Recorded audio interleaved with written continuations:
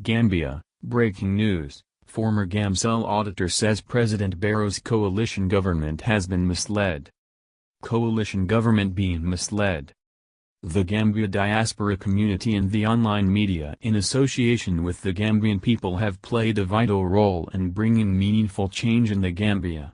The combined effort was and still is primarily aimed at ensuring that democracy, rule of law and good governance exists in the Gambia. My appeal to the diaspora Gambian community is to read this piece with objectivity and with an open mind based on our collective aspiration to build a Gambia that is free of corruption and tribalism, which are the primary ingredients of continuing backwardness and underdevelopment, especially in Africa and the Gambia in particular. CDJ, a high-risk human capital. For close to a year, an online radio host was actively engaged in propagating for the release of political detainees in the Gambia. Amongst those that the online radio host continuously proposed to be released, was one Mr. CDJ, who was imprisoned for defrauding Gamcel of $11 million. Mr. CDJ was taken to court, found guilty and sentenced to 11 years in prison. Mr. Jate was represented in court by lawyers Lamin Kamara and Edward Singhatet. Gamcel was represented in court by the company's Director of Internal Audit Mr. Solman Sidibat. The online radio host erroneously or intentionally and persistently kept hearing that Mr. CDJ was reported by Gamcel Managing Director Mr. Babukar Sanyang and was as a result sent to prison.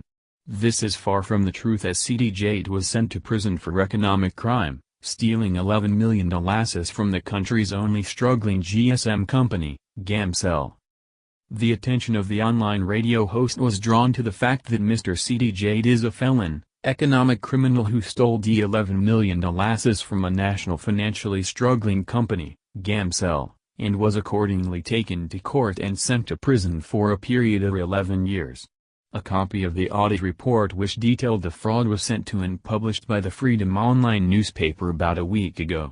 The objective being to prevent Mr. CDJ from being reinstated back to Gamcel, with the attendant risk of plunging the company into a more devastating fraudulent financial crisis.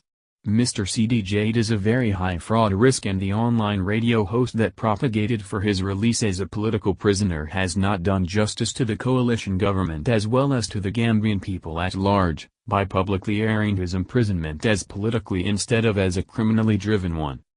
The online radio host lashed at me by calling me hateful and an APRC supporter, and stated that Mr. CDJ was never taken to court. This is very much far from the truth. The radio host's sycophants blindly started their baseless and senseless insults directed at me. The online radio host in question was in the Gambia at the time Mr. CDJ stole the Gamcel funds till the time the audit exercise was conducted and Mr. Jade prosecuted and jailed. The outcome of the case was a bombshell and was carried in the national newspapers, The Observer and The Point. It is most unlikely that the online radio host was not aware of this case at the time. This made me to feel that the objective of the online radio host was to deliberately pull a fast one on the coalition government by misleading them. Conclusion. It could be concluded that there is more to the relationship between the online radio host and Mr. CDJ than meets the eye. Doubtfully, the online radio host repeatedly stated that Mr. CDJ is not known to him. However, any reasonably objective person will wonder why the online radio host persistently and passionately kept propagating the release of Mr. CDJ for close to 9 months by flipping his case as a political instead of a criminally driven case.